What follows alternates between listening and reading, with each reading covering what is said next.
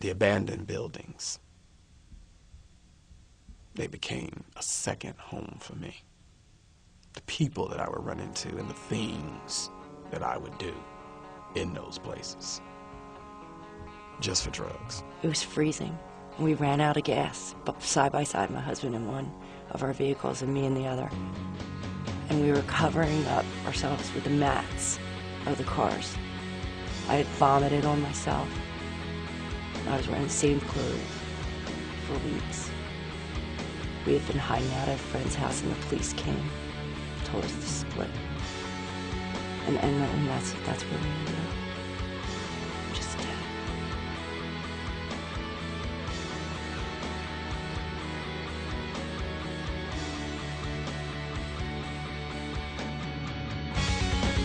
The prescription drugs have really started to take over. I was taking OxyContin like it was going out of style. I couldn't do anything without using.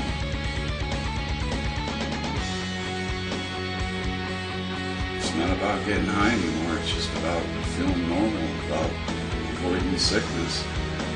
I was a walking dead person. It's the end of the road, it's slavery. Your whole world, it's all you think about all day long and all night long. Your whole world revolves around the drug.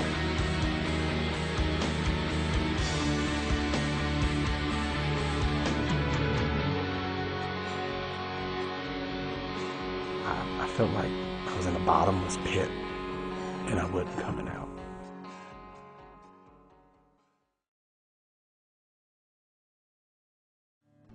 My childhood was really nice, and I grew up with a family of 6, and my mother and my father were educated. They taught us morals and values. We went to church, and that was pretty much it. My parents gave us a lot of love. I grew up in Peoria, Illinois, and I am the eldest of 6 children. I grew up in I guess back then they called them the projects. So I grew up in the projects. I had a great childhood. I have 2 wonderful parents, a younger sister. I'm the oldest. I couldn't complain. I was very involved in sports. I have tons of friends. Was involved in a lot of different things. I couldn't ask for a better childhood. I'm a product of 2 addicts. My mother and my father both used. My dad was an alcoholic. My mother was a prescription pill user. So it was a pretty sad household. Growing up in a single-parent home with a mother who taught me, right from wrong. Because my mother, she didn't use drugs, and there was no smoking and drinking, like, constantly going on in my home around me. I was just that kind of kid that needed to prove something. And when I found drugs, it helped me. I could never really be satisfied in my own skin.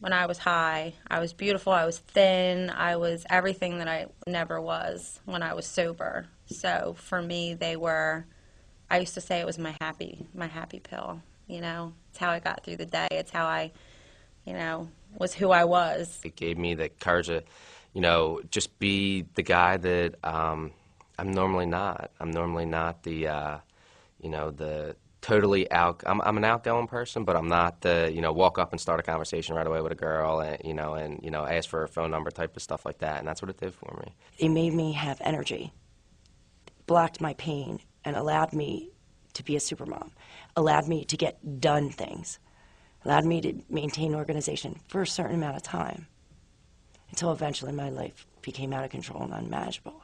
And I wasn't high, I was a hermit. I didn't want anyone to see me. I didn't want to be around anybody. I was back to that, I'm not, I'm fat, I'm ugly. Nobody wants to be around me, but the drugs definitely changed that. I felt amazing, and I can honestly say I was hooked instantly. From that point on, I probably did Percocet every single day, or some sort of an opiate from that day until I decided to get clean. It was never enough to just do this. It was never enough to just drink alcohol. It was never enough to just smoke weed. I always had to have more and more and more. And very quickly, once I discovered like the Xanax and the Percocets especially, the opiates were my drugs of choice. And you know, then it led into the Oxycontins. I did whatever it took to be in that world. First it was the bottle, and then it went to, okay, I can get them now. You know, someone can sell me a couple. It went to that. Well, never a couple. But no, it was too late. I had reached a point of no return, you know. And when I started to pop pills, that became, especially Percocet, that became, the other stuff that I would try, it really didn't make me feel the same way that Percocet did. Because I was one of those people that wanted to try everything, every drug. The Percocet was my drug of choice. Let me tell you, it was very easy for me to con the doctor. You know, being able that I knew how to speak the King's English, and I knew how to, and I would use my being HIV. I would actually use my being HIV. Oh, you know, this is, oh. So it was quite easy, instead of them, you know, okay, well, why don't you come in for a doctor's visit? Why don't we check you out? Oh, it was quite easy for me to get on the phone, you know. And then when they caught on to the game, you know, by the time they catch on to the game, it's too late, because now you're off, you know, getting it from the dealer or what have you, who's also using the doctor. When I was in college, I played a lot of sports. I had a lot of pain, a lot of injuries. I also met who became my husband at the time in college. He was a swimmer and a jet skier down in Long Beach Island. And he taught me how to jet ski. All the time that I was jumping waves and acting like a maniac, I was pounding in my spine. So I had a condition like where I herniated all the lumbar regions of, you know, the lumbar region of all those discs. So I had spinal surgery, and that's when I was introduced to Oxycontin. I wouldn't go and get heroin. I would rather do the Oxycontins, because in my own head, I felt as though it wasn't as bad. You know, they give these to people for help, for pain, or doctors are able to write prescriptions, and you can go to a drugstore and get them. So I didn't think it was as bad as going to a corner in Camden and, you know, talking to the cop man and getting, you know, bags or, you know, heroin. I thought that I wasn't as bad as they were. Yet, in reality, I was probably 10 times worse. Every day was the same thing over and over again. Wake up, figure out how I'm going to get through the day, how I'm going to get high. Because I was, you know, I was a garbage can. I would just do whatever I had, as much as I had. I didn't care about the consequences. So I would say I was probably taking around 5 or 6 pills a day. And they weren't a small dose either. They were a pretty potent dose of narcotics that I was putting into my system every single day. So, and then I would take Xanax to go to sleep. So I was a mess. There was a point in active addiction where my husband, and I'll never forget it, he was doing everything, doing his job and taking care of me and taking care of my babies and taking care of my family and taking care of our home and driving me back and forth to the hospital. And he had hurt his neck, and he called my doctor, and he said, we had the same doctor for 10 years, and he said, look, I hurt my neck. And my doctor said, why don't you try one of Lisa's pain medications? If it works for you, I'll prescribe you some. And that's when, like, the madness began, because he got addicted to my painkillers, which made me not have them, which just instantly had our life spiral out of control.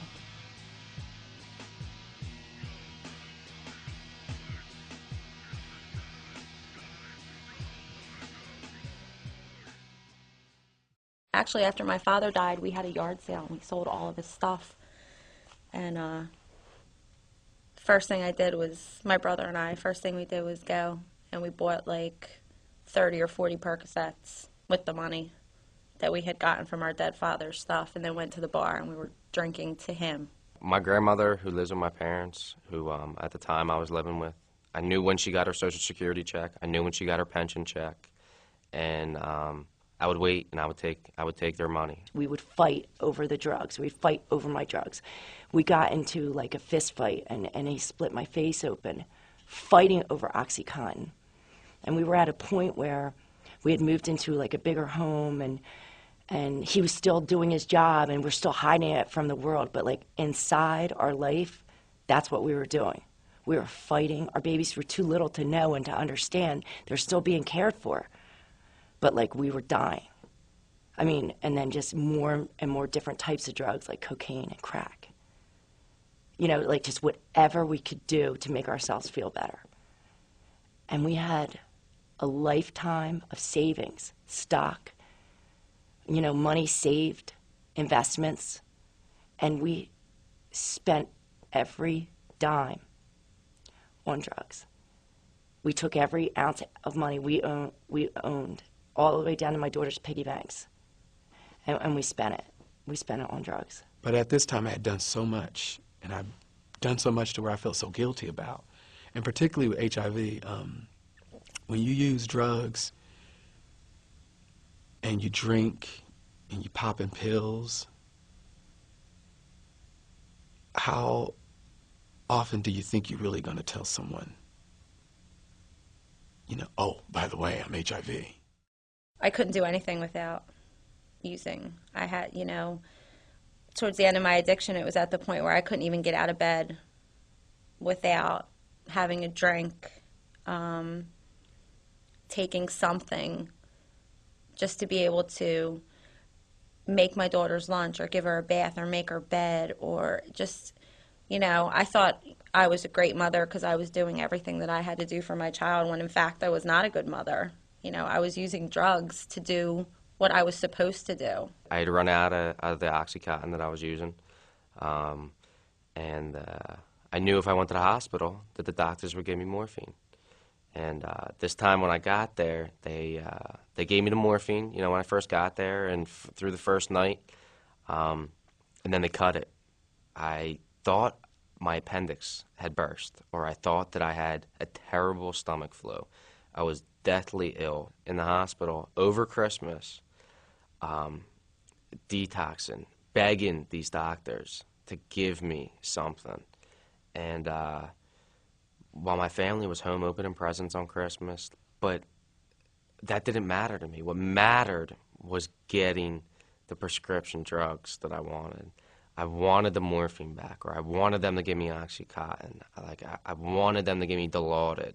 I felt like a terrible son that I had resorted to lying to doctors and nurses and my family and parents, all to be able to get high. And you know, Christmas is the time for family and giving, and here I am doing the most selfish thing possible. And I really believe that I hit my bottom when I could not. I remember having the key, literally, but I just didn't have the energy to put the key in the door because my mind said, take your ass back out there and do what you do best, use. And that's what I did. They were in their, they were so little, and they were like sitting on the couch, and I was in the kitchen. You should have seen our kitchen look like it should be on a in a magazine. Granite countertops and beautiful like cherry wood floors, and we would like be playing games and smoking crack and sniffing heroin and sniffing oxy. It just didn't matter. Playing cards, and my kids were in another room. They were acting nuts, and it was like I was like, oh, I wonder if like the smoke is bothering them, like the, you know, if they're high, you know.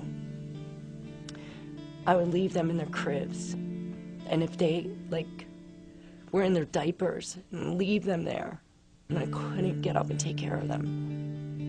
And they would have like it all. My daughter would eventually take off. My little one would take off her diaper, and like it would be loaded, and she would just spread it all over her, and then it would be hours before I went in to care for them.